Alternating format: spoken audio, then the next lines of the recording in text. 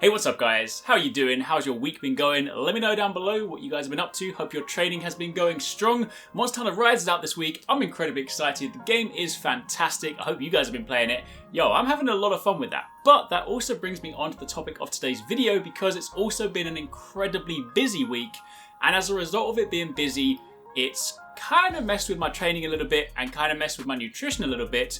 And I've had a couple of setbacks. So today's video is actually going to be talking about how to deal with setbacks and a few strategies that I've employed to basically allow me to kind of like continue working towards my goals without beating myself up in the process. I think it's really important to talk about this topic because especially when people are first getting into training, first getting into eating more healthily, tracking their nutrition, that kind of stuff, it's very easy for people to occasionally slip up and then they beat themselves up over it. It's very easy to watch a video like this where I'm always talking about training, talking about, getting after it. People be like, whoa, this guy never stops. This guy's always training, he's always eating, when the reality is everybody has off days. It doesn't always work out. And it's learning to deal with those off days that is probably more important. And when you look forward to the fact that gyms are going to be reopening soon and people are going to get back into training, I think this is an incredibly important topic. So let's go.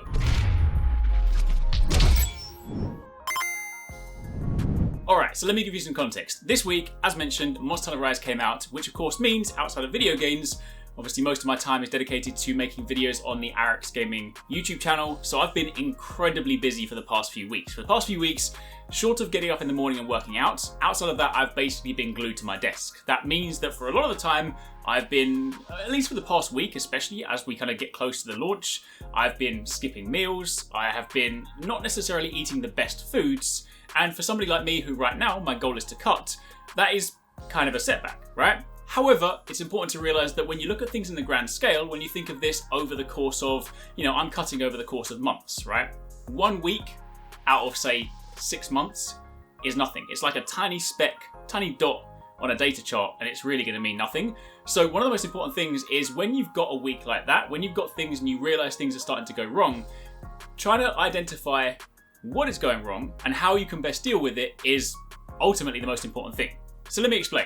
This week, I knew that I was going to be super busy. I knew that because I was going to be glued to my desk and working really hard for most of the week, I knew that a lot of the time when I would normally take time out to go and cook my meals, I probably wasn't going to do that this week.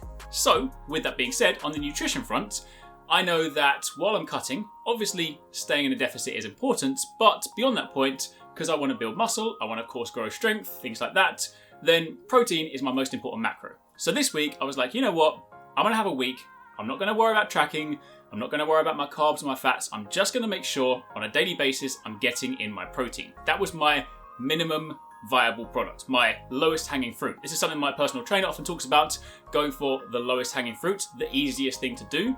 During a busy week, sitting down and being like, right, I've got to cook my meals, I've got to make sure I'm getting my carbs, my fats, my protein in, got to weigh all this food out. When I just don't have the time, it wasn't a realistic goal. So instead, I just dialed it back and I thought, you know what? This is really easy. At least if I make sure I'm getting in protein with every single one of my meals, even if it's just a quick snack, I can at least make sure that on a daily basis, I'm hitting my baseline level of minimum required protein. So at least I'm still fueling the body, at least I'm still kind of, feeding my muscles, making sure that I'm still at least maintaining my muscle mass. Then if I have a week where I deviate from that on the rest of it, it's really not that bad. That was pretty simple because it just meant that for breakfast, I have a protein shake, I have like protein bars for lunch, for dinner, as long as I have something like chicken or beef, and then outside of that, I can then have another protein shake. Is that sustainable long term? No, of course not. But for the short term, instead of worrying and kind of stressing about the fact that I wasn't eating right and I was skipping meals, which just adds to even more stress, I was like, let me just identify the easiest thing that I can do and accomplish amidst a busy week and run with that. The same thing applied to my training as well. Typically, when I train, I typically work out for, 60 to 90 minutes. And in a typical training structure, you normally have your most important or your kind of biggest movements first, things like your compounds. That's the stuff that requires, of course, the most energy, accrues a lot of fatigue. So I made sure that every single day I would still get my compounds done. I would do my squats, do my deadlifts, do my floor press, whatever is necessary. However, where I would then normally round out a training program with accessory movements, this week I allowed myself to just cut the accessory movements. I wouldn't do that long term because of course accessory movements are important. But again, knowing that this week was really busy, knowing that that extra half an hour could give me some time to work on something, I was happy just for the short term to remove that.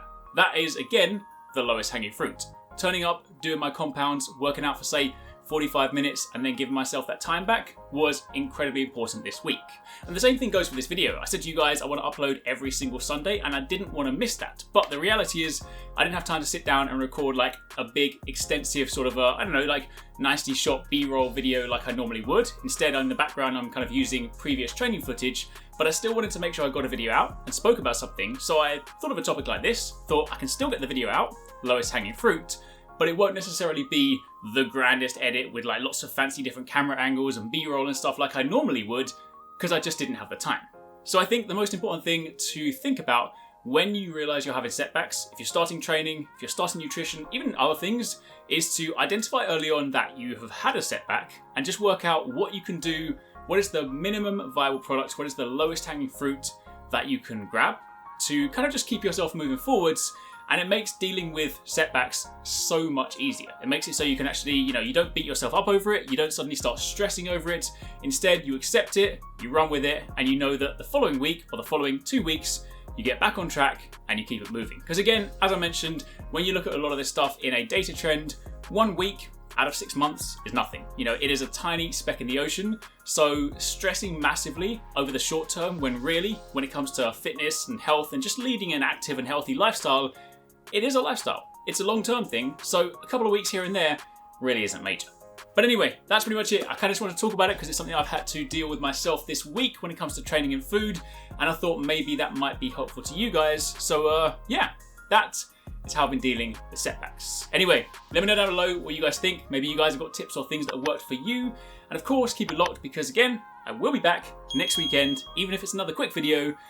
So I'll see you guys on Sunday.